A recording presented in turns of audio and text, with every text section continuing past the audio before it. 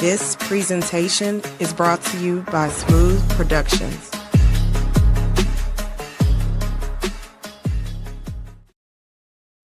What is going on, everyone? Welcome to another edition of Smoooth Conversations, where the conversations are always smooth.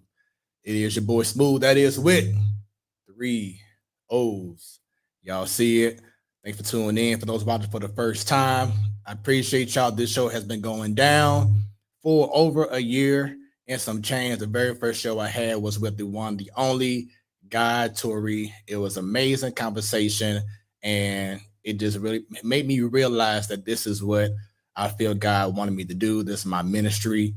It's about getting these stories out here, and it is very important that people see this, because there could be someone watching this show today or in the future that may be touched, may be inspired by the conversation I'm going to have this evening.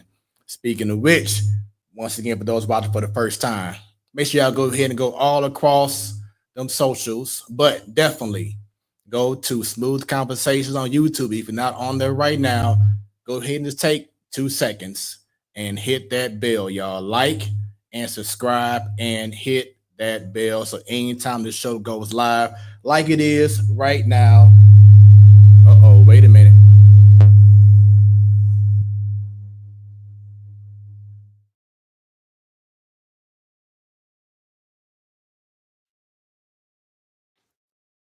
Let's do it again, y'all. Sorry about that little feedback, but now we good to go. So like I said, anytime the show goes live, like it is right now, you will be notified on your devices. You'll say it'll have Smoooth Conversations is live, or Smoooth Conversations is coming up, or if I have like a highlight reel that I do every week, you get notified about that. So Smoooth Conversations, make sure you put in 3 O's in Smooth, y'all. Once again, 3 O's in Smooth Conversations. And then also, if you can't watch the show, it is all good, because you can watch on listen on KBDR Beat District Radio. Go to beatdistrictradio.com or download the app on Google Play and the App Store.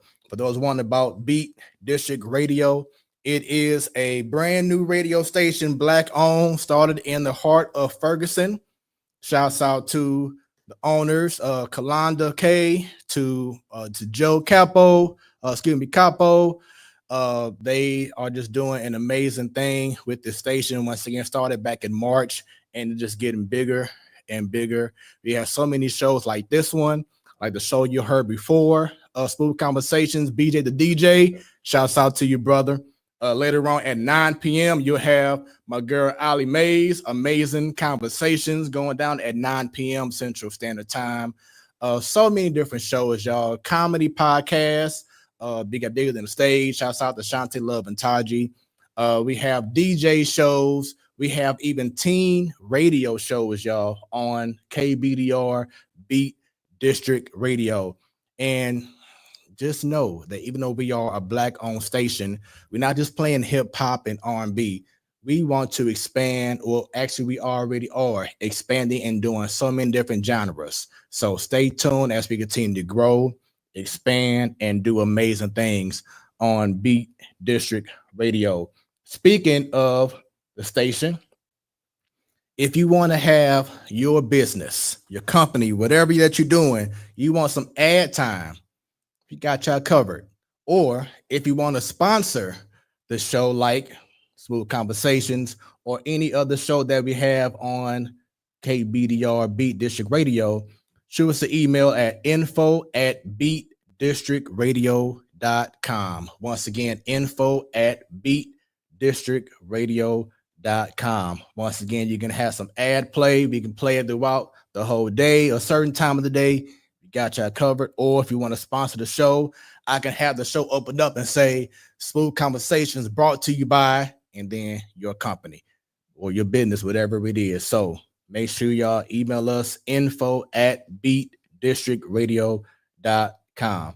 So outside of this show, I also do photography, videography, and drone services under Smooth Moments, y'all. So please feel free to get at me. You will see the QR code on the top right of your screen throughout this episode. And there you go, right there. Top right of the screen. Use your phone, scan it right now, connect, and let's do a lot of amazing things. I am a professional DJ, MC, host, drummer, just Mr. Jack of all trades. And as my special guest told me, you be doing a lot of things. You be doing everything. So it's the truth. But once again, I'm just using the gifts that I feel God has blessed me with. So with that being said, I need everyone right now to go ahead and share this stream. Leave comments, leave questions. If you have a story that you want to share, whatever you want to do, this is the opportunity to make that happen on Smoooth Conversations, because we want to shower this next guest with all the love that she deserves. And this woman here, she is a writer. She is a advocate for mental health. And if you think about it, we all have something going on in our lives. Some things that may not be as big as others, but there's things that in life, especially with our Black community, that needs to be shared more and not hold back. Because once you release that, it's going to make you feel that much better. And there could be someone who is going down a similar path as you are. And this woman here, throughout all that she's doing in her life, she's also dealing with bipolar disorder. And so she's an advocate for that. She's been on previous podcasts and other shows, but she ain't been on Smoooth Conversations, y'all.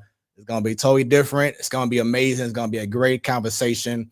And it's going to be an honor for me to present to everyone watching and listening right now, the one, the only Breana Grayson.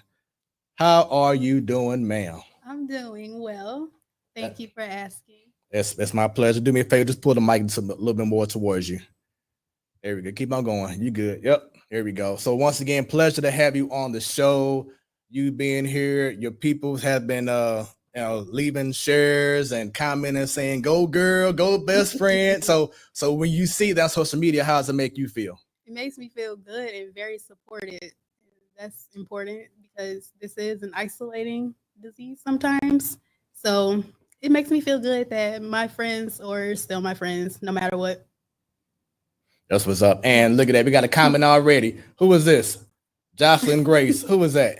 Hi, Jocelyn. That's my cousin. That's what's up. What's up, cuz? She says, we see you, cousin. There we go. Thank you. So once again, leave them comments, share. Let's get even more people tuned in, leaving comments and just showering this woman with all the love that she deserves. That's what this show is all about. Positivity. We ain't doing no petty stuff like that. No, we're just keeping it 100, being authentic. So with that being said, I like to ask this question recently because this is how this year has been. But 2025 has been something else, hasn't it? Yes. It's just been from, we talked about earlier, tornadoes, 2 of them touched down here in St. Louis, the crime, just seeing just so many things from scandals to CEOs getting caught at concerts, to, Usher feeding cherries to women going crazy. Chris Brown dancing in the rain at a concert, which I'm gonna see Chris Brown in a couple of weeks here in the Lou. But just so many things just going on. What has been just your biggest takeaway in regards to 2025 so far?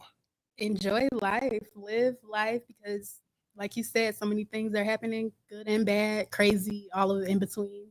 So enjoy life, love on your loved ones.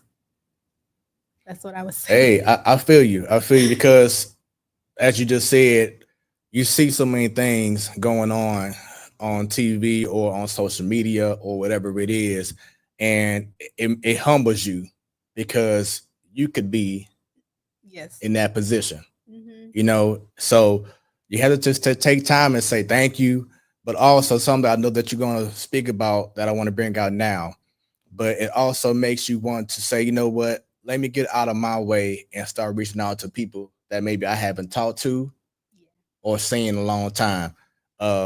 Even like for me, I want to reach out to my boys more often and be like, hey, I just want to call you and just check in on you. So with you being an advocate for mental health, which is going to be a big topic for tonight's show, what are your thoughts in regards to just people need to just reach out more and check in on others? I agree with that, and especially because I moved away from my hometown. I'm from East St. Louis, Illinois. East side? But I moved to Tampa, so it's even more important for me to reach out to people because I don't see them often since I moved and I don't live here anymore. So I think it's important to keep reaching out to people so that you can still have that connection, even if it's not a physical connection. Mm-hmm.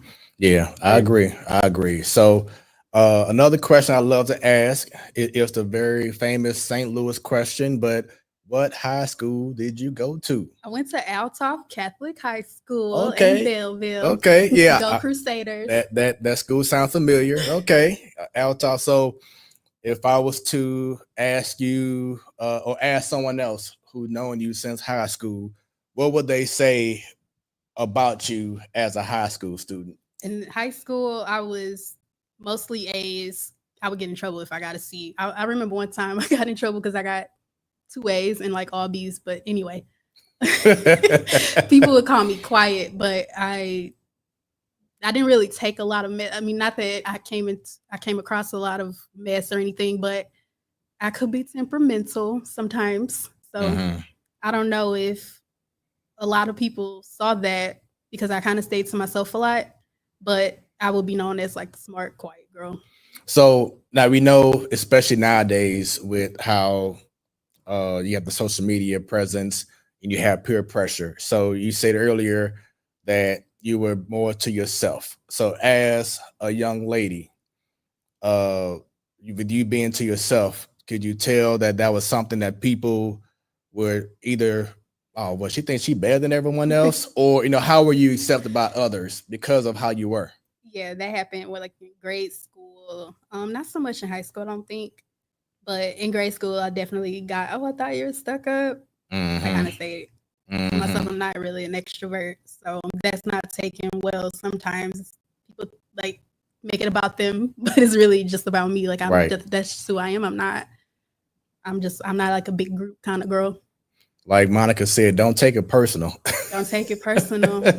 It's not about you, okay? So extrovert. So what did you do in school in regards to, did you play any sports? Were you in any kind of clubs? What were you in high school? Sadly, no. I was just being a moody teenager. Not moody. Not really doing anything except working on my schoolwork. I just was really focused on that. Make sure that I got all my A's so I wouldn't get in trouble for getting too many B's. So you said not getting in trouble. Who were you afraid of? Who did you fear? My mom, because she would put me on punishment and I couldn't talk to my boyfriend at the time. So I had to make sure that I did what I needed to do so I could do what I wanted to do. And I'm glad you brought it up. That's why I asked that question, because do you feel like nowadays in the society that these kids aren't fearing their parents anymore? Some of them. I'm not going to generalize, but I get what you mean about these kids are a little different than how you and I probably grew up. So rebellious and, just, I'm going to just act out no matter what, Had no fear in them. Yeah, because as you talking about your grades, like with me, I was the same way. I feared my mom. I did not want to see a frown on her face because I knew that I messed up. I was going to get in trouble. So when I was in high school, I went to Vashon High School, and it was a culture shock for me because I came from a private Christian school, Gateway Christian school, probably maybe held 100 some people. So to leave from there and to go to a public high school, which, even, well, I'm not sure even to this day, but maybe so. But you just say the word Vashon, you're thinking, oh yeah, you in the hood, it's like East Side High on whenever I tell somebody I'm from the East Side or from East St. Louis, you already know the connotation that comes with. Mr. Clark and what's the movie called? Is it Lean on Me? Yeah, but pre Mr. Clark, that's pretty much how Vashon was, or I'm saying that was the rep that it had. But just for me, I was about my books and playing sports. being focused as a scholar athlete, because if I knew that if I wasn't staying in them books and wasn't bringing home good grades, then I couldn't play ball at all.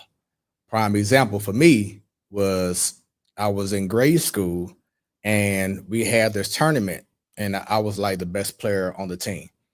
And I had a bad grade. And my mom, I think right leading up to the game, told the coach I wasn't gonna be playing because of my grade. And my coach dang near cried because he knew the impact that I had. So, but she reasoned with him and was like, okay, well, he's not gonna play the first half of the game. Okay. So everyone was like, the compromise. Thank you. You know, and I was like that too. But like it's stuff like that that people need to hear and see more of in regards to just fearing of doing bad. Mm-hmm. You know what I'm saying? The lack of accountability. Mm-hmm. It has to start young. It has to start definitely at home. But just having that fear of knowing that if I do this, then I can't do that. Consequences. Exactly. You know, there's been so many times where you see parents, especially young ones, where kids are getting D's, C's, F's, but still rocking Jordans as if they got straight A's. Yeah. You know, it's like, no, if you want some shoes, show me them grades. Yeah, show me some A's and first. B's, you know? And that's what I want to do for my daughter. Shouts out to you, baby girl. But yeah, you get A's and B's. I'm going to reward you with pretty much whatever you want to do, but show me that you want it. Right. You know, I don't know. Maybe in a little extreme though, because I don't know too many people who would have been upset with like all A's and B's. Like my mom was not okay with that one time when I got 2 B's and all A's. Call her out. I'm calling her out on that because I thought it was ridiculous. Like, you know, people get way worse, right? But yeah, I didn't have the opportunity to not get good grades. But I mean, I had that in myself too. It wasn't just pressure from my parents to get good grades. I'm just kind of a perfectionist anyway. So I would probably cry if I get like a C plus, or actually I have, or I'll get mad if I got like a 90 or something.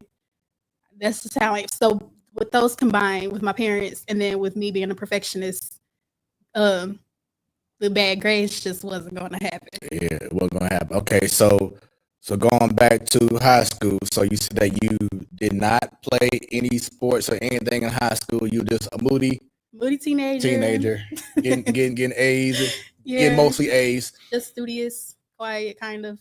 Yeah. So were you valedictorian? I was not valedictorian. I know, right? No. Okay, with that being said, y'all, that's the end of our show. Thanks for tuning in. No. So how did it make you feel when you didn't get that? I didn't really feel, I mean, it was, those kids were smart. So it wasn't even like I was in or expecting it. So I didn't feel too much either way about it. Yeah, I'm proud to say that throughout all 4 years, I was the top male in my class. I think 3.3 GPA. So, part of honor roll, leadership compact team, getting different scholarships. So with that being said, with your academics, did you get a scholarship to a school, a college? I went to Mizzou. Go Mizzou. M-I-Z. ZOU. Okay. Yes, I did get a scholarship to Mizzou. So my good grades did mean something. Yeah. Okay. And what did you study in? English. Okay. So teacher, what? No, just I didn't have plans on being a teacher, but I just wanted to be a writer. Okay. And I do know my research as well in regards to Mizzou. They are definitely known for journalism, broadcasting. It's a lot of legends who have gone to Mizzou and is now doing big things in regards to just being on national broadcast or just out there doing big things. So Mizzou is definitely known for that. What would you say was the biggest difference from your experience in high school and what you had experienced in college at Mizzou? Well, first off, in high school, I did not have to study. In Mizzou, I did have to study. So that was a big adjustment for me. I didn't know how to study. So I had to actually make an effort to get good grades there. That was the biggest shock. Well, not shock. That was the biggest difference, I think, was that. and that just the size of the school, because I went to private school my whole life. So my graduating class in high school was like 100 and something. So, and then, Mizzou had like 30,000 students. So that was an adjustment too. Just, it was really diverse. My high school wasn't really that diverse. Got you. And I will say this, I've been saying it on previous shows too, to whoever, had an experience. One thing that I wish I had done. Now I went to Harris-Stowe State University, but I always called it like another high school to me because it was pretty much one big building. I wish that I would have had the opportunity to go away from St. Louis, even if it was Columbia or whatever, but go to an actual campus and experience like the dorm life and all that. So do you feel like that was like crucial for you to be able to experience being away from home and having that experience of that campus life? 100%. And yeah, I am very pro school. Go get away and go to. It's you will never get that opportunity again. It's like you're close to your friends. All you have to do is just go to class, and I'm not saying all you have to do because it's a lot of work. Right. But that's really all you have to worry about. Like, you can go to class and then go hang out with your friends, make new friends, and just have a good time. It's a good time. I encourage everybody to go to college if you can. Yeah. Yep. And so my wife, she did go to Mizzou as well. So shout out to her. She's probably listening right now, watching on the way back home eventually. But yeah, so she went to Mizzou. I love to root for them. I know this is not a sports talk show, but you can check out my sports talk show, The Platform Sports Talk Show, by scanning the QR code and check out those episodes too for the sports people. But sports wise, they just always had bad luck in regards to getting to the next level in basketball and in football. I've seen them. I've seen the games. They be like right there. And then you have an amazing play that just goes against us. We like just had it. And we just fall short. So I'm hoping between Dennis Gates in basketball and Eli Drinkowitz in football that we can finally get over that hump of just being cursed. We'll see. I mean, when I went there, we were pretty good. I was there during Chase Daniels. So let me just put that out there. Let's go. And I went to all the games. I had the season pass. It was really fun. But we were decent when I went. Okay. So let's see. What years was that Chase Daniel was there? He was there 2008 because that's when I graduated high school. And then after that was his last year, I believe. Okay.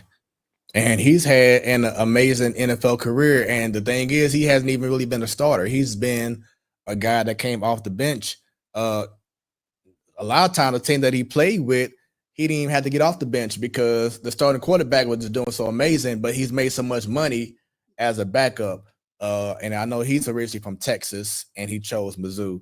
So shouts out to him. I mean, like you said, a great team, but just hasn't been able to get to that national championship tier. So I'm hoping that they can go ahead and get to that next level very soon. While we're alive. Right. I was just going to say, hopefully in my lifetime, we'll get it together before I die, I'm sure. Yeah. So speaking of which, before we continue on, because we got these delicious looking drinks, so we got to go ahead.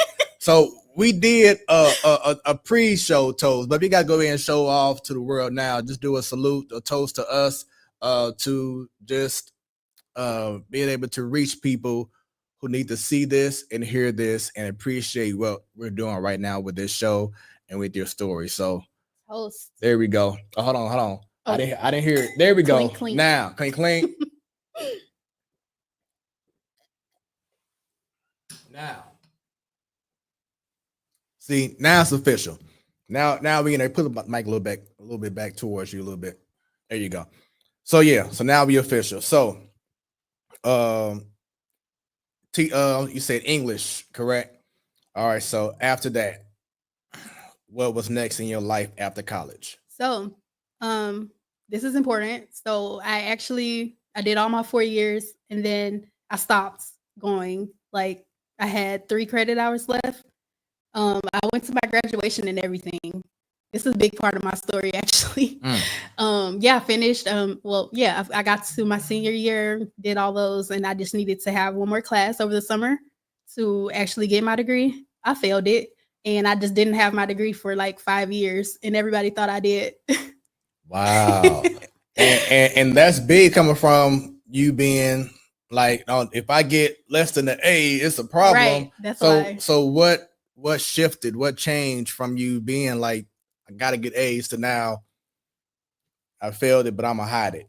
I'm gonna say the bipolar. Mm, Probably the bipolar, like depressive episodes, or I think that's it because, like I said, I never had trouble with academics, so it was only something like that that was hindering me during that point. Like my favorite semester in college, it was like I didn't go to school that I mean, I didn't go to class a lot, but even though it was my favorite, that's what it would do to you. Like when you just don't care about things that you normally would care about. I met my favorite professor during that semester, my favorite classes ever, because I finally was in my English classes, gen eds or the first 2 years. So yeah, I'm gonna say the bipolar is probably the reason why that happened because it wasn't like I didn't understand the material.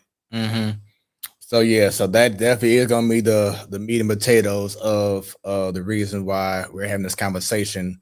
Once again, get them shares going, get them likes. We want to get so many more people to be tuned in and to hear this story. And once again, I appreciate you for reaching out to me and wanting to be on the show to share your story. So um going back, you said just you not having the interest. Was it something like that moment that just kind of like boom, something just isn't the same in me? Like what was it that really made you be like, man, I'm just not who I'm usually am? Um, I don't know that I can pinpoint a moment, but that's another thing about bipolar. Nothing can happen like externally. I mean, external is a lot of it. I mean, external things can trigger it for sure, and it is a big part, but also literally nothing can happen and then you will go in either mania, hypomania, or depression. That's what makes it so insidious to me because Mm-hmm. usually things are like situational, like somebody passed away or somebody's house caught on fire, things that are traumatic. Mm-hmm. That's understandable if are depressed or something from that. But with bipolar, nothing really has to happen for you to go off the rails. Mm. So, and I'll share this story because it was amazing that when you reached out to me about the by being bipolar. Um, I had a woman that I don't want to say dating, but just kicking it with. This is like over probably 15 years ago now. I'm not sure even sure how we met. Oh, I met her through a friend of mine, and it wasn't even like a planned thing, but we just met and we kicked it for a little bit. Went back over to her spot, kicked it again, whatever, and she then just opened up to me and told me that she has, she's known to, bipolar. So I'm just thinking in my head instantly, which I want you to give your thoughts on as well. But when I first heard of it, I'm kind of like freaking out, like, okay, well, so 1 minute we could be hugging, cool, but the next second she might just go, schizo. You know what I'm saying? Like that was just my initial because maybe I just didn't learn, or have enough knowledge to know how to deal with that situation. So it affected me trying to maybe see more about her or get to know her more because I was at that age where I just didn't know. Yeah. So I'm thinking, oh, is she taking, pills? What if we trying to do this? And then she just blurts out, I'm going to be embarrassed. Like this is 15 years ago. So, I was younger mindset. I just didn't know, Yeah. So that pretty much scared me from like trying to see what was happening. And I'll keep it 100. Uh, like after that moment, like I straight went ghost. Yeah. I did. It was like, you know what? We had our couple days, but now I just don't know how to deal with it. So, what would you say to someone, a younger me, who might have had that mindset, and maybe others who, once they found out if you were, outright out front with it, what would you say to those who may not have the knowledge, but what can they do to prepare or to just receive you, Okay. having that disorder? First of all, let me say shout out to her for disclosing that because that's hard. Mm-hmm. But if you're the recipient of learning someone has bipolar, then and you really like that person, you should research it or ask her about it. That's what I would say. Because it's really highly stigmatized, as he just pointed out, like he just went ghost, which that's expected, I guess. So if you really like them, I would say do your research on it and just learn as much as you can about it. Ask questions instead of just, just dipping out. Mm-hmm. If you like them, but I'm assuming you like them because that's what we're talking about, right? People getting to know each other. So there's interest already. Yeah. Yeah. So just keeping with that, because I did read the article that you told me about earlier, and in which, you had a boyfriend, Mhm. and then you said that eventually, y'all on good terms, but y'all separated. How big of a part of it was it that because you had the disorder that may have had a factor in regards to y'all relationship? It was a non-factor. Non-factor. Nothing to do with my bipolar or anything. He was really accepting. I didn't tell him up front. I don't advise that because people should have a choice, but that was a non-factor for him. Mm-hmm. So you didn't do it right away, but is there like a certain time frame if you are when you do get in a relationship that you be like, you know what, I think now it is that time to go ahead and say this and say that? I'm still wrestling with that, honestly. Like, when do you disclose it? Because you don't want to do it too soon because, that person could be like, I don't even like you like that in the first place. So why are you even telling me this? Or like, you don't want to wait too long either because like, well, you let me fall in love with you and I didn't know this, so I didn't get a choice. So I don't have like a definite answer for that. I'm still like trying to figure that out myself, but I am in a relationship now, so it's not something that I have to think about at this moment. Congratulations. Thank you. Yeah. So I don't have an answer, but you definitely should tell your person before it gets too serious because like I said, you want to give them a choice. Like you don't want to just it's really not fair to just spring it on somebody once they already, fell for you. Cuz that is it's a serious disease. So, I mean, if it was a physical illness, you might not even think twice about letting them know. But since it's a mental, it's a little different. But I don't advise waiting too long. Yeah. It has to be a certain, time frame, but you don't want to have it linger on months and months, and then, hey, just so you know, Yeah, let's have a talk. don't do what I did because I did not disclose it until it was too late. But he accepted it really well. So no, I don't. So with that being said, in your current relationship, how long did it take for you to disclose it, and what was the reaction? Okay, so secret is still the same person. Oh, okay. Well, there we go. Shouts out. So what was the question again? Okay, so I guess now that we know who it is, what was his reaction when you did tell him that you had bipolar disorder? Excuse me. Things made more sense to him after I told him because he was calling out symptoms, not knowing that it was like bipolar stuff. So I kind of got scared, like, oh my God, I'm going to be found out. He definitely already knows, but he didn't know. So once I told him, he's like, oh, okay, that's why, X, Y, and Z. So it was like the puzzle was like put together for him. And we got a comment. Hi, Harper. Says we love my you, little Bree. cousin. I love her. It's my mini me. But then you got this comment. It's really Hi, Beth. I love her too. That's Harper's mom. There we go. So once again, shouts out to everyone leaving comments who's watching. Continue to share this stream right now. Get more people to tune in and just hear this amazing story. So you still battle in regards to just sharing it, but how are you just mentally knowing that you have this? And something that I think I read in an article that it may not even go away? Oh, it's really hard to grapple with even now, even though like currently right now I'm pretty stable.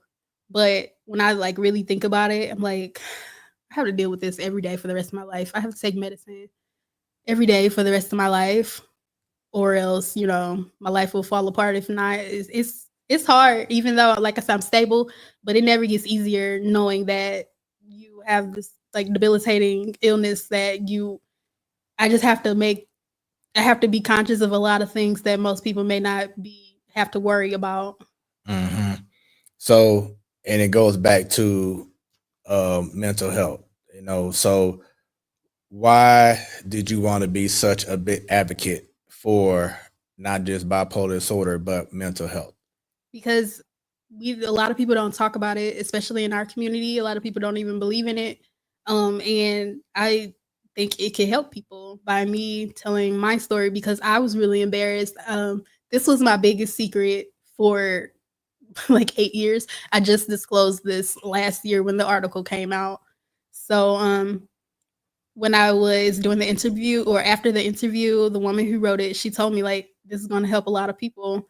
And she was right because I met people just from me sharing that article that I still talk to this day. The article was last year. So I I think it's important. I have a job now, I feel. And got some more comments here, so check this out.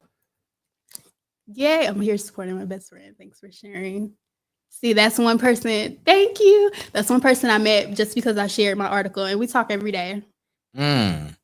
So yeah, so talk about that even more. Just being able to relate now with people who are in the bipolar community. Just knowing that okay, I know that you knew that you weren't alone when you first was diagnosed with it, but just now being able to relate with other people and have them conversations. How much does that mean to you? And do y'all inspire each other to be like, we're going to be okay. We're going to do this? Yeah. Well, first I did think I was alone Mm. when I first got diagnosed. I really did. Um. So yeah, that's that. But Oh, just pretty much. Oh no, totally fine. But just in regards to being able to communicate with others, and do y'all inspire each other? Do y'all push each other to say we're going to get through this? We're going to be okay. 100%. Like since we talk every day, me and baby, the one who just commented all the time, we have to encourage each other because like it'll be some days like I'm not feeling it today, or like I've been crying all day, like this is going on, and vice versa. And then we just like, hey, you'll be okay. Have you been, drinking your water, taking medicine? We just have to stay on top of it for each other because we're not always going to be 100%. So we have a comment from Mackie says, I love your testimony, sister. Look at your growth. Your voice will help millions of people. Watch God work. How does it make you feel seeing it? It makes me feel so loved. That's my sister. Hi, Mackenzie. Thank you for supporting. Like always, she's really big support. That's good. And how big is it, especially loved ones, to just have that support, that love, like we're here for you? It means everything because like I was embarrassed to even tell people. I guess I thought I was going to be rejected for like excommunicated or something. So the fact that my family and my friends literally don't care about me having like they don't look at me any different. They might love me even more now because they know what I'm dealing with, and they might not have known. Like I think they knew something was off, but we They didn't just know. couldn't pinpoint it Right, until we didn't know what. So their support and encouragement means more than I can even explain. So let's go back. So once you start realizing the depression or the different mood swings, did someone tell you, hey, let's go to a doctor, or was that you yourself saying, let me go see it? Well, yeah, because I know you didn't tell a lot of other people. So how did you get diagnosed? It was all me, 100%. So it was like two things. First, I was falling out with my closest friends. And like my cousin is also one of my best friends ever. When I fell out with her, I'm like, all right, I'm the problem. And then the other thing is like I wasn't doing well at work. I was getting in trouble, not going. And so when I couldn't work, I'm like, all right, I found a therapist online. And from then he recommended me going to an outpatient, intensive outpatient program. Mm-hmm. And that's where I got diagnosed in that program. Wow. And so you find out hey, you have the disorder. Was it more like a weight off your shoulder release, or were you like a why me? Why me? I was devastated. It wasn't a relief at all. Like I didn't do good with my diagnosis. So now you're done with that. After you get the diagnosis, it's coming to your system like, man, this is now my new normal. What did your parents say? My mom already, she probably wasn't surprised. She actually spoke to the psychiatrist at the intensive outpatient center, which probably, I mean, they're professionals, so they probably already knew without speaking with her. But after they spoke with her, I think they're probably like, oh yeah, 100% for sure. So I don't think she was surprised. My dad, he's old school, so he didn't know much about it, and he had to just learn about what it is and like everything. But I don't think he was surprised either, because like I said, most of my family and friends knew it was a little off or something was not quite right. So the friends that you had to falling out with, y'all still cool now? Yes. Okay. And were they like, girl, I knew something just wasn't right with you because you were just tripping. You know what I'm saying? No, they didn't really say that. No, but they just gave me words of encouragement. Like, okay. Like, I'm thinking it's going to be a big deal when I'm telling them. They're like, okay. It just all makes sense. Yeah. And once again, this all happened while you were at Mizzou? Found out that you had bipolar disorder? No, I found out in 2016. Oh, okay. I was 25, about to turn 26. Okay. Yeah. So the job, like, what was their reaction? Because was it something that you had to tell them, or you kept it under wraps? I did not tell the job that at that current time. I've only disclosed it 3 times so far. I think only one of those times it went well. But at the job where I was having, like, the job that I was working at, when I got help, I definitely didn't tell them. I was on my way out anyway. I was over it. So we have some more comments here. Bernita Wilson. Hey, Bree. That's my auntie. Auntie. She's so supportive in everything I do. So glad she's you're there. sharing your Whenever story. I post anything, she's there. Like, I love go, it. Bree. I love her. She says, hey, Bree, so glad you're sharing your story so others can be informed. Then we have Felicia Parker. Hey, Bree, this your Aunt Felicia. I love you. Oh, y'all I so love sweet. You too. Thank you, Felicia. Look at all this love on Smoooth Conversations. See how blessed I am. Let's go. Let's go. Jocelyn said, this is so helpful. It's so good to have a great system. Yes. 100%. Yes. I couldn't do it by myself. I mean, I was by myself and I wasn't doing it. So. See, here we have Golden Parker Jr. Hey, Bree, this uncle. Is that Lilgo? Ligo, yeah. Okay. We say Ligo, but it's Little Golden, actually. Got you. Okay. Hey, I don't want to mess anything up. If you didn't want me to say your name out loud, I'm sorry. Hey, I don't want to mess nothing up. Okay. So I love you. I love your courage. Yeah. So talk about courage, man. Did you realize? I mean, like, when did you realize that, you know what? You know, I'm bound to do this, but I can still do this. You know, getting the courage to every day knowing, okay, it's gonna be good. I'm gonna be straight. Talk about just having that feeling of knowing now, especially seeing the support that you're seeing on social media, your relationship, you know, your family, and just having that courage now. I mean, I have to, because I can't either. The alternative is, like, I can not function in life or, like, be miserable every single day. So I don't have a choice but to have courage, or else, yeah, the alternative is I just won't participate in life at all. Mm-hmm. So you told me during the pre-show in regards to what I said in the intro about her being a writer, being an advocate for mental health and for bipolar disorder. But you was telling me, and I didn't want you to tell me everything. I'm like, hold on, don't do it yet. But why don't you tell the world what is next for you and what you're about to tap into? Okay, I'm writing writing a memoir about my life and how I navigate bipolar. So I'm excited about that. I hope you guys will read it when that comes out. And Okay. I'm also writing. If you want to look at things that I write on LinkedIn a lot. Um, I write. I've posted on there fairly often about work, work stuff, and just my journey. So, what made you get into writing? Because, and I have the utmost respect for like spoken word artists, singers, and rappers who just have that talent just to, okay, boom, I got something in my system.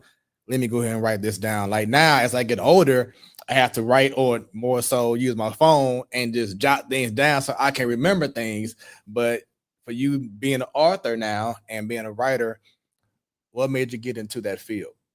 I just remember as a kid, I just always loved to read. I started reading early, and from that, I just started writing, and I've always loved it. I can't just escape because my mind is always like mumbo jumbo.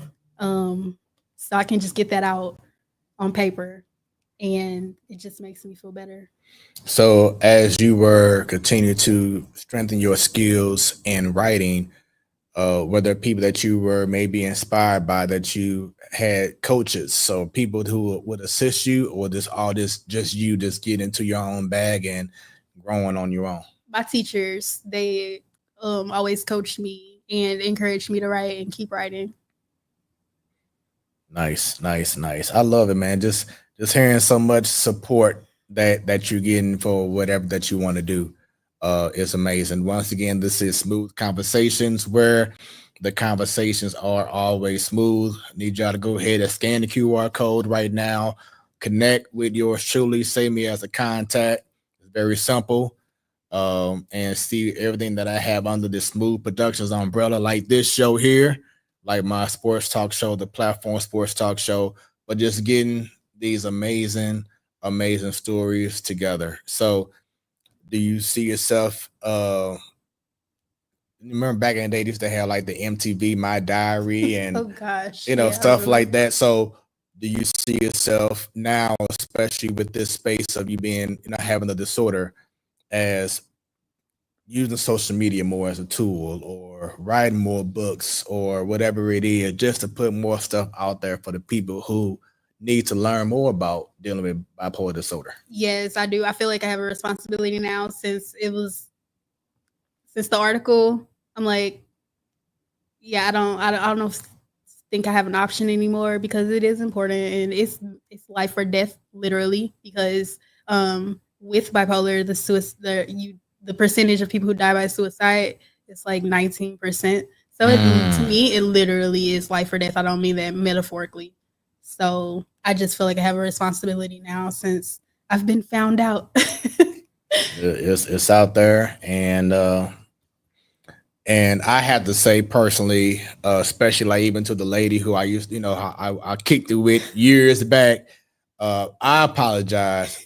You know what I'm saying? Because once again, I was young, immature in regards to my mindset, and just not taking the time to get more knowledge. It was more so judging. You know, so I want just to give a sincere apology, because especially with what I'm doing now, that there's no telling who I'm going to meet, and that's why I have this show and what people are going through, because it can just be so many things that you just have no idea about. But that's what growth is about, and maturing. What would you want to say to others now, just about, and not even just bipolar, but just people who just going through so many other things? How do you feel what do we need to work on, in our community, to be better people for others? Being knowledgeable and having some empathy, I think.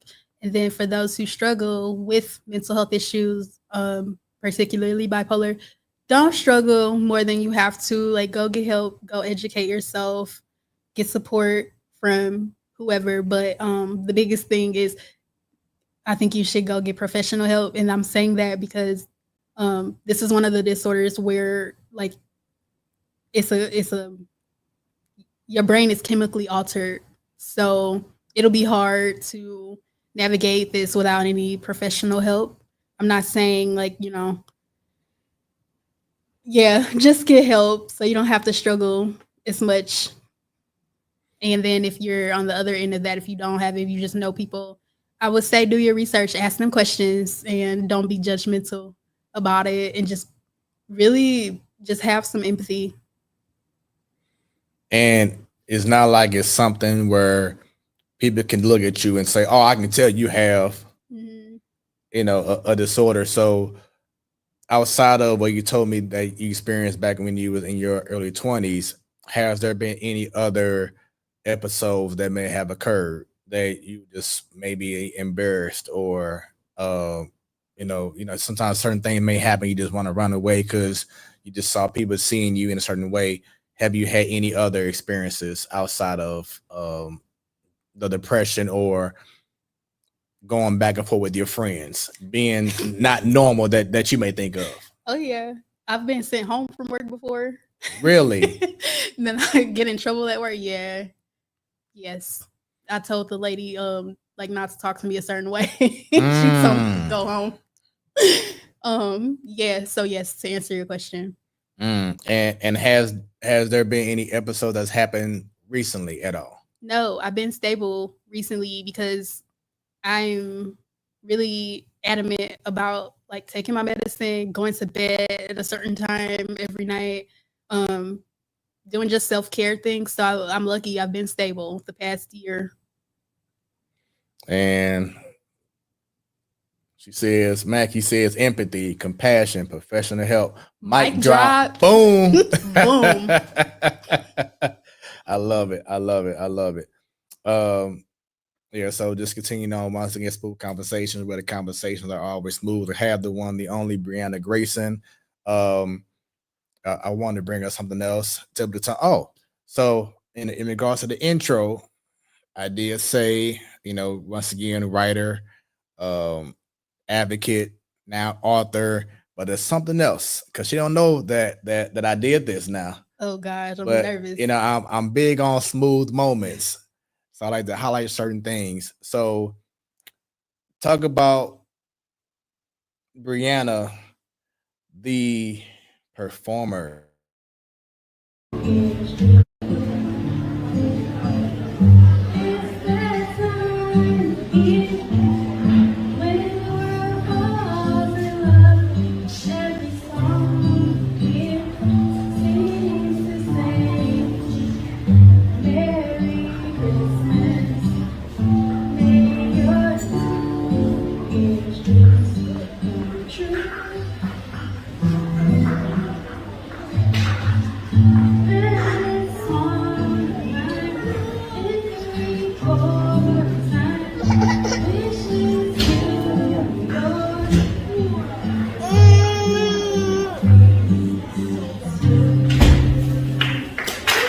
That is hilarious. Now I'm even more embarrassed. So let's talk about it.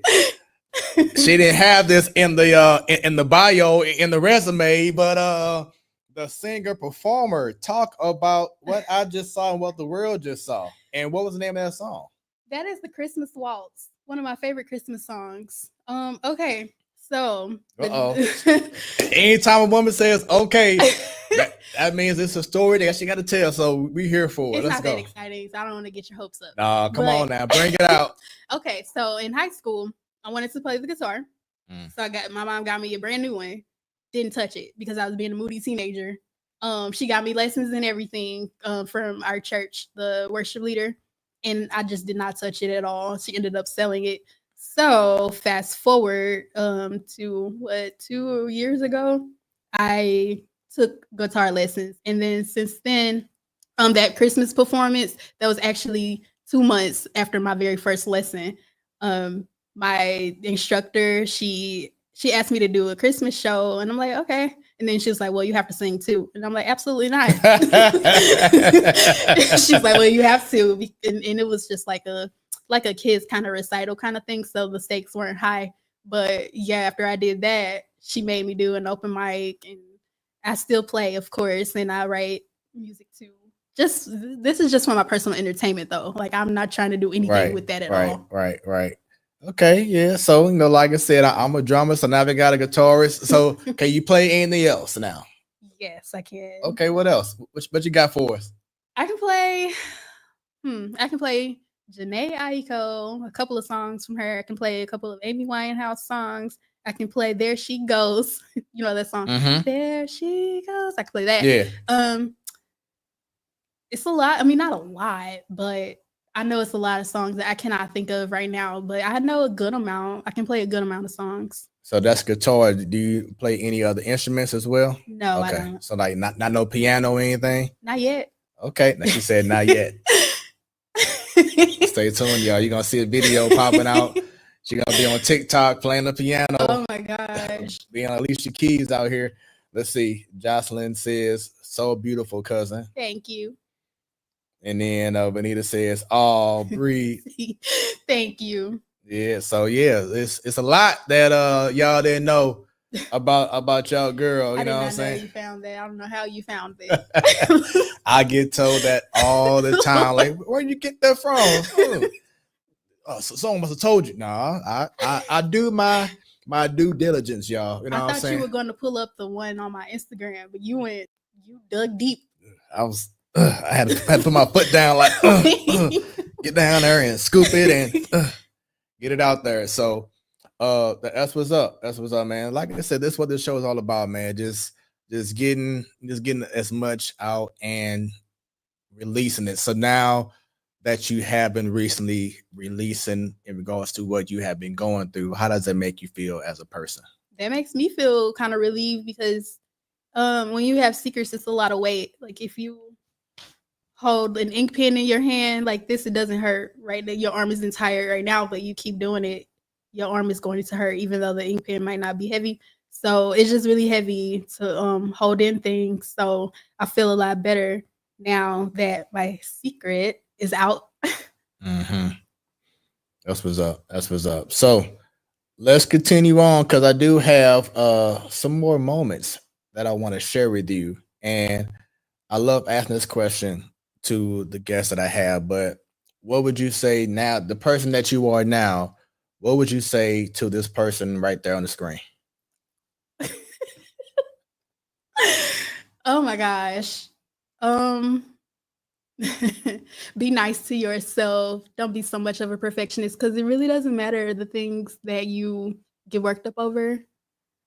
Yeah, just be nice to myself and to everybody else. And so where was this taken? What was going on in this photo? I think that might be my birthday party. It looks like it's my birthday party, which is funny. Even I talked about being an introvert. I remember my mom always said that I had a party, or maybe more than one, where I didn't even play with the kids who came to my party. Wow. And so it's crazy you brought it up because I shared this story in the past, but there's some new people watching, so I'm going to share it again. But I don't want to say I was an introvert. Maybe I was my first couple years in high school, definitely in grade school, because like I would go to maybe a homecoming dance or any kind of dance, whatever, and I'd be like that person that just be on the side, just chilling, looking good, but I ain't gonna dance no more. You know what I'm saying? But I think it was like my sophomore or junior year in high school. I was invited out to a house party, and it was like, it just boom. This is what I've been missing, huh? Dancing, having a good time. And I'm like, okay, you were an extrovert. This is it. And like I said, now I'm a DJ and the whole nine for over 20 years. But then I went to another party that my classmate had, and I just brought. Now you recall back in the day when we used to have the CDs. Yeah. So I had the books of CDs. I'm taking it to the party, and like I didn't have plans on being the DJ, but I saw how the flow of the party was going, and it just wasn't doing anything.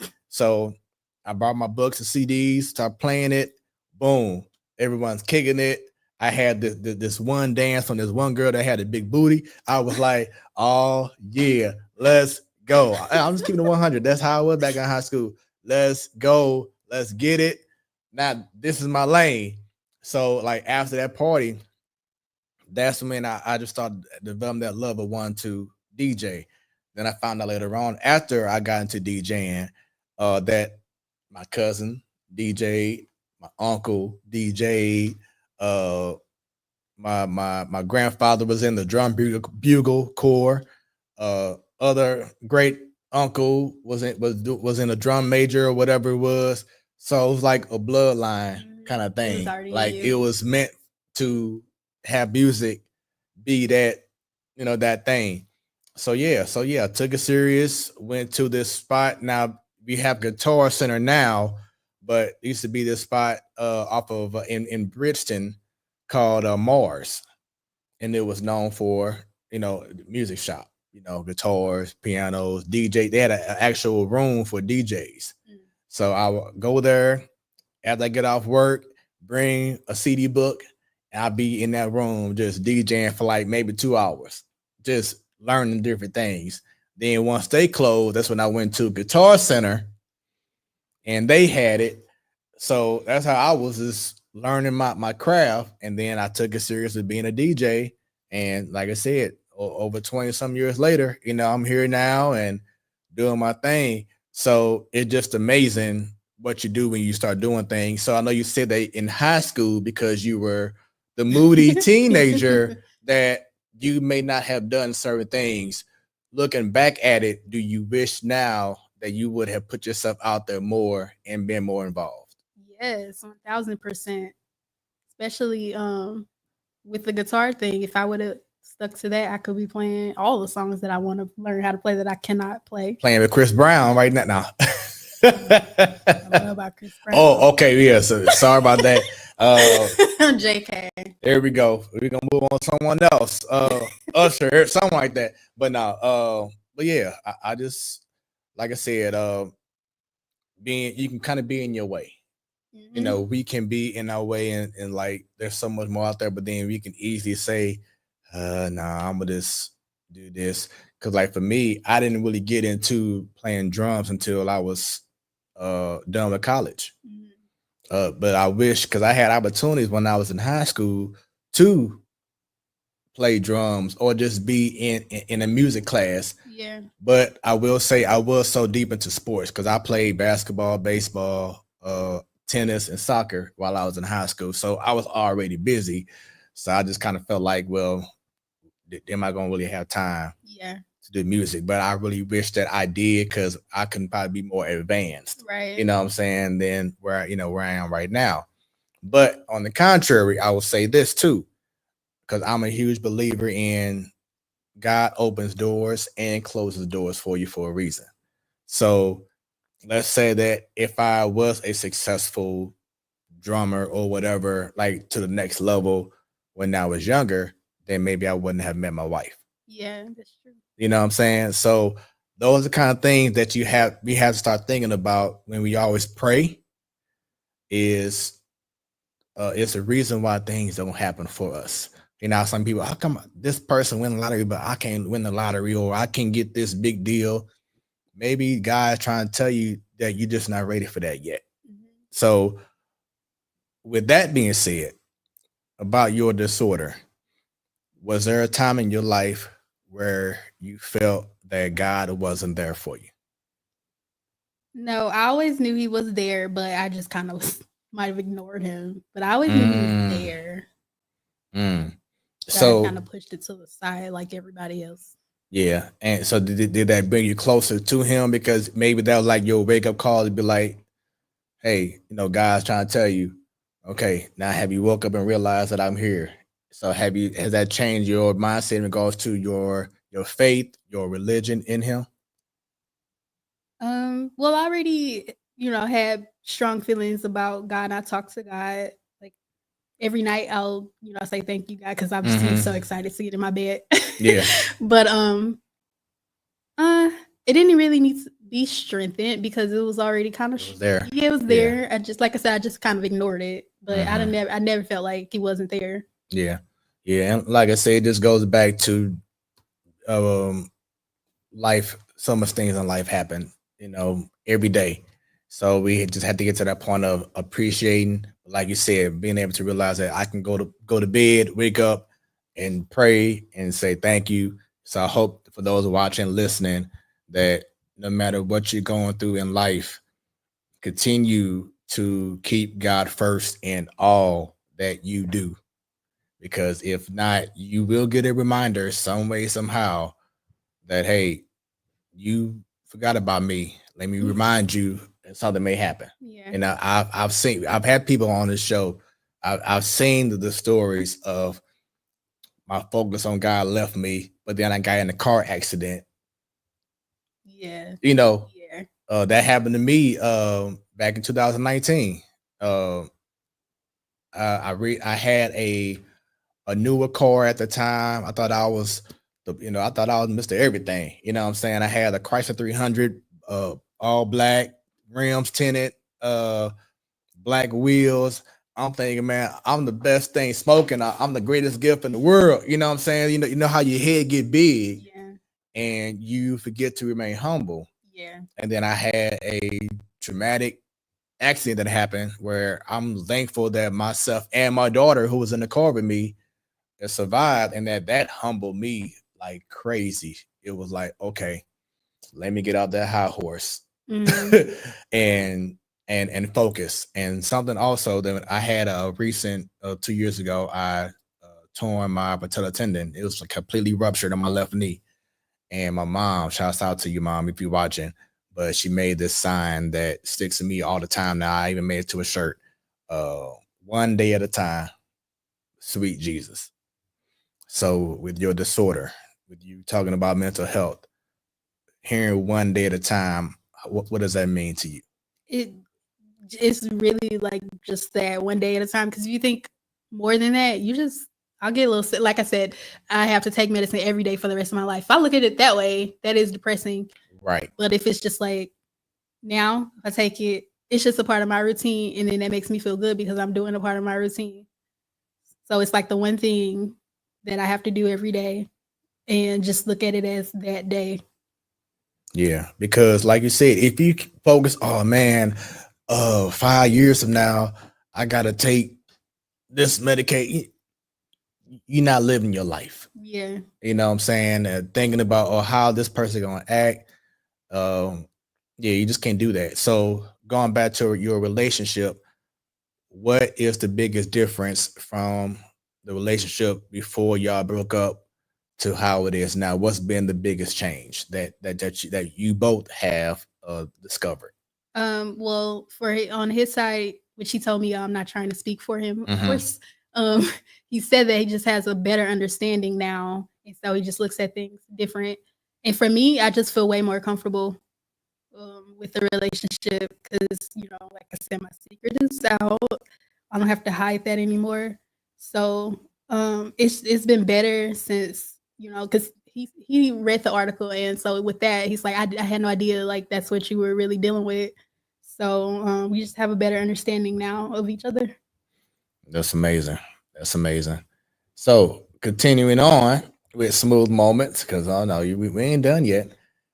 Talk about this lady right here. That was first grade. I know that was from first grade. Um, Look how naive and cute and young You I said was. naive. Yeah, I had no idea what was coming. Look at my hair though. Man, can we bring that style back? We keep bringing everything else back. Can we bring back these certain hairstyles and looks? Man, man. Yeah, she didn't. That was. I liked school. I still like school. I just like structured learning. But at that time, school is fun. Mhm. And we had the Pizza Hut. When you read so many books, you get a free. I'm telling my age. Hey, You good. get, Hey. you get the We free both pizza. are. Life was good right there. You said Pizza Hut. That instantly brought me back to the good old days where we actually had the Pizza Hut with the red roof. Yep. The brick building go inside. And those red cups. Yes. Those were the days.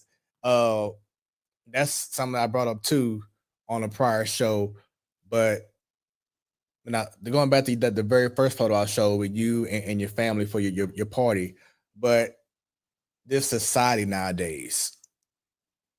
First off, what are your thoughts in regards to kids not really being able to be kids anymore because of peer pressure, social media, having access to so much negativity that's going on in this world. So they just really can't be free and be kids. I remember being able to go outside and play all day in the front yard or on the street, going to a nearby park, and not have to worry about or my parents not having to worry, or my mom not have to worry about um am I coming back home? But Yeah, now that's like a huge fear that you may not even know or be confident that your child can't even go out to play basketball at a park yeah. and not come back home. Talk about that in your It's perspective. it makes me sad for them that they don't have like they don't get a chance to have that innocence that we had because of social media and all this access.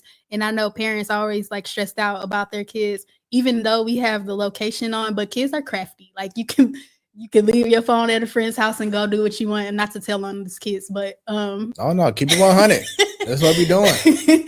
but yeah, it just makes me sad for them because they don't experience life how we did, and I think we experienced it way better than what they are now because of the social media mainly, because they see all these things and the comparisons and like I have to do this. They don't have a third space like we did. Like I feel like they're too mixed up with like grown people's media, and I don't know. I just it makes me sad for them and for the parents who have to like worry. I can't imagine having to worry about stuff like that constantly because I am not a parent.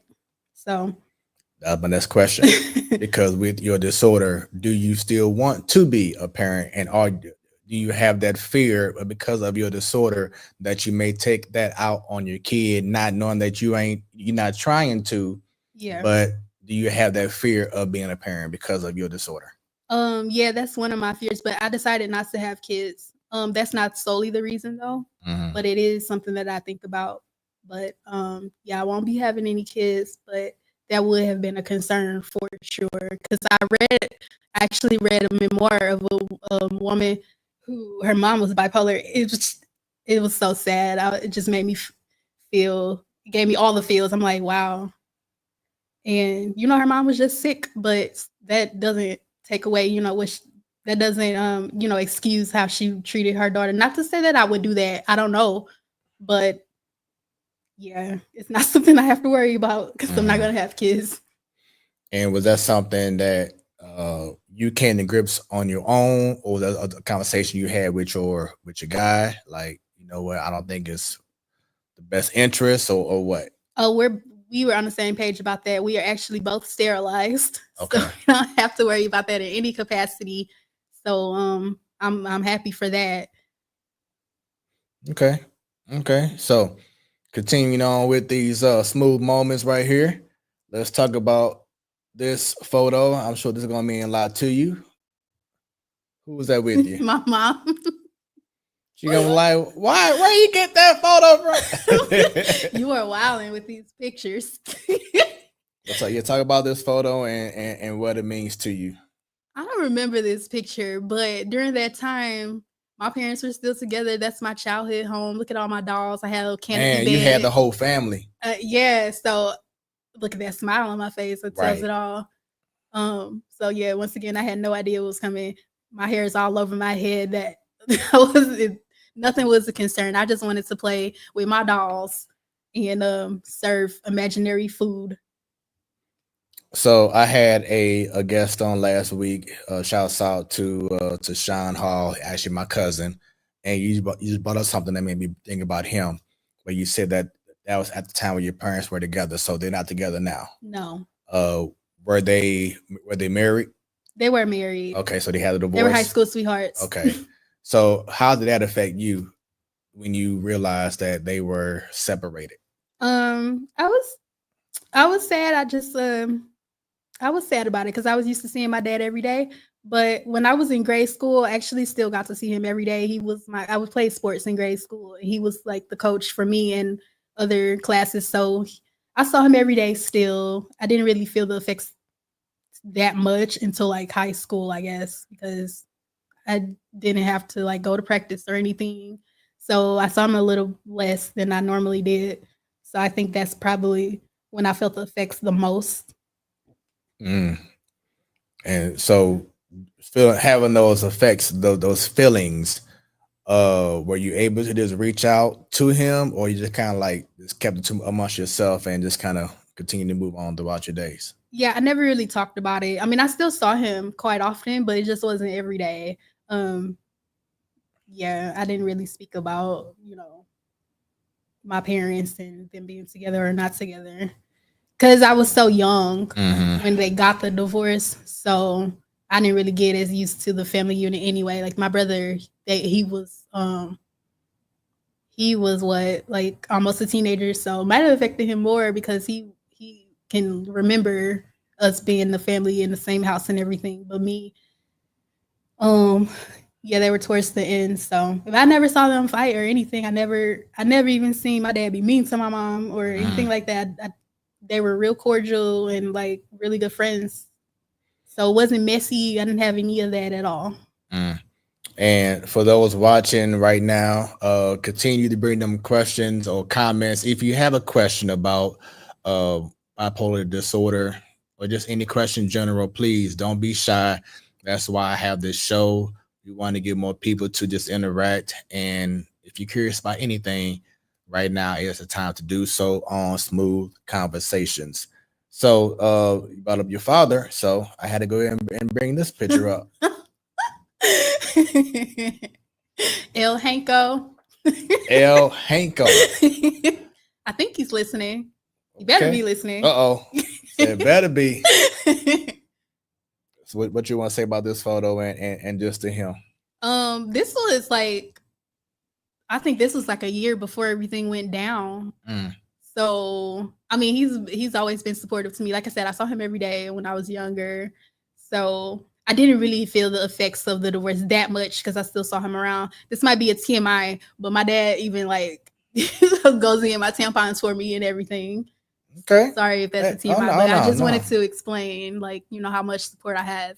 Yeah, that's big. That's definitely big. So that's what's up right there. And then I have this photo right here, little collage. Oh no, it's not. This is another photo. Here we go. I don't know where you got this either. This is at Althoff. Okay, so that's Althoff High. Yep, Catholic. With the little schoolgirl skirt going on. Right. I think this was current affairs class. It was an easy class. That was my best friend sitting next to me. So maybe it wasn't current affairs. I don't know. But this was when I was in high school, being a moody teenager. I was gonna say that definitely is showing like introvert right there, because you everyone else kind of like and you only one I see with a book and a notebook. And nobody else, I'm just noticing that nobody else has, like, they're talking amongst each other and I'm in my book literally. Right. I'm about to get this A while everybody else about to be mad getting seasoned. No. That's funny. Althoff High. Really indicative of my life back then. So were you Catholic or you just went to a Catholic school? Just went to a Catholic school. Okay. Grew up Christian. Yeah. I mean, Catholic is Christian, right? I got you. All right. So last but not least, look at these photos. The good old days. That was my last year of high school. Yep, those are my two best friends from high school, and at the top, busting a move looks like. And then I don't remember what was going on the top left, but I was happy. Look at the smile. Right. Love and life. So, as you brought up earlier about you being the moody teenager, how is your social life now? It's way better now. I have, like, all my friends are still my friends. That's good. I don't know if you read the article, but from the article, it made it seem like we're not good. We are. I had to talk to her about that article, actually, because there were a couple of things in there that kind of got misrepresented, and I didn't want her to think like I was lying on her or anything like that. So I wrote to her before I shared it, like, hey, 1, 2, 3, it says this, but actually this. But no, my social life is better now. I have a lot of good friends and support and a good boyfriend and all of that. So That's good. That's good, man. So once again, I definitely appreciate you being on the show, for reaching out to me, and once again just sharing your message. So let's take away being a writer, being an author, being a moody teenager back in the day. I'm Take still away moody adult still too. moody, huh? Yeah, Okay. still moody. Just take away all those traits. Who is Breana Grayson? Breana Grayson is a loves to have fun. Still, like I said, I'm still moody. That's probably not going to go anywhere, and I don't know if that's from the bipolar. That's probably just me. I just like to enjoy life, have fun. I will probably go off on you if you talk to me crazy, but um, kind of joking, kind of not. But I just like to write. Like he said, a mental health advocate. Yeah. So, have you been invited to talk to a lot of people? In regards to going to different events and speaking yet? Not yet.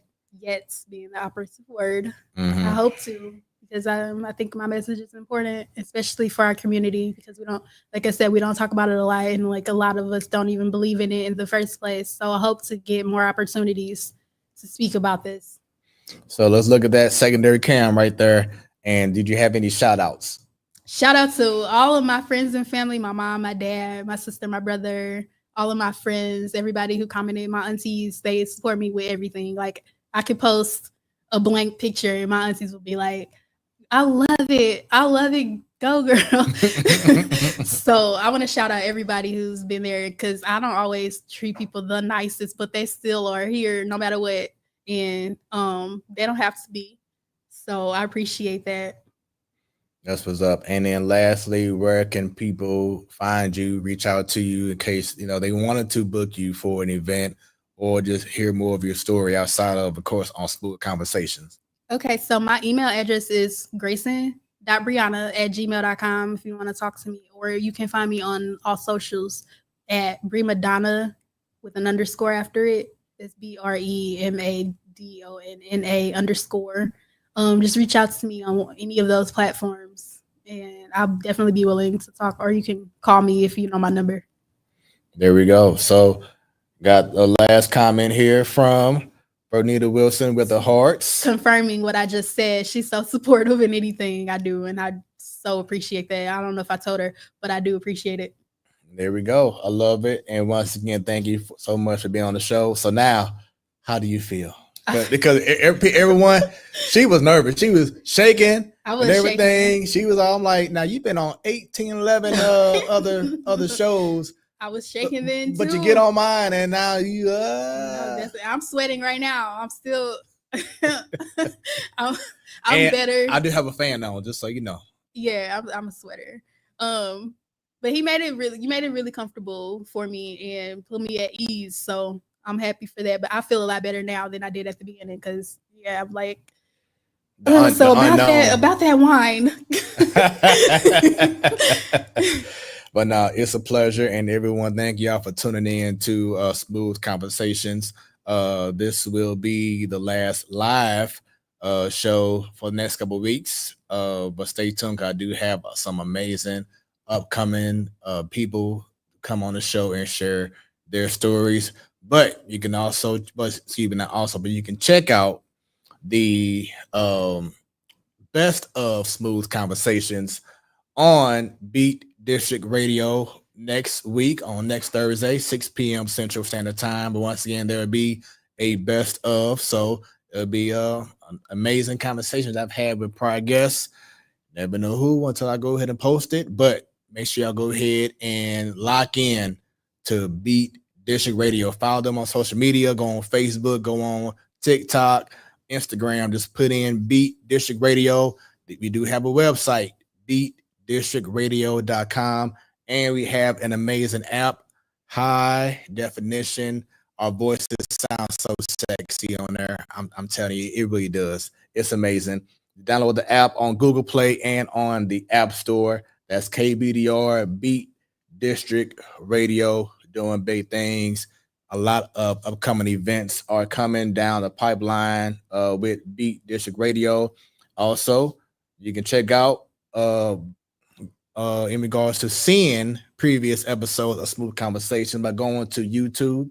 Smoooth Conversations, smooth with 3 O's. Take that time out and just hit the like, subscribe, and spread the word. Let's get even more people to tune in to what I call my ministry and having amazing stories being told. Speaking of amazing, at 9 p.m. Central Standard Time on Beat District Radio, you have the homie Ali Mays with amazing conversations that's going down. Once again, 9 p.m. Central Standard Time. As I mentioned before, if you would like to have your company, your business, your baby get some airtime on Beat District Radio, you want some ad play, or if you want to sponsor Smoooth Conversations or any other shows that we have on the station, just email info@beatdistrictradio.com. Once again, info@beatdistrictradio.com. And I said before that I am a professional DJ, MC, host, the whole nine. I'm also big in regards to providing smooth moments, photography, videography, drone services. Did my very first music video for an up-and-coming artist back earlier in the year, and the video will be dropping next month. So I'm excited about that. Some big things coming. Y'all need some drone services, some photography done, videography in the smoothest way possible. I got y'all covered. So once again, thank you very much for being on the show. Thank you for having me. Yes, for sharing your story. It's been amazing. Everyone else, thanks for tuning in to Smoooth Conversations, where the conversations are always smooth. Check out the best of Smoooth Conversations going down next Thursday, 6 p.m. Central Standard Time. Y'all have a great rest of y'all evening. Y'all behave now. Peace.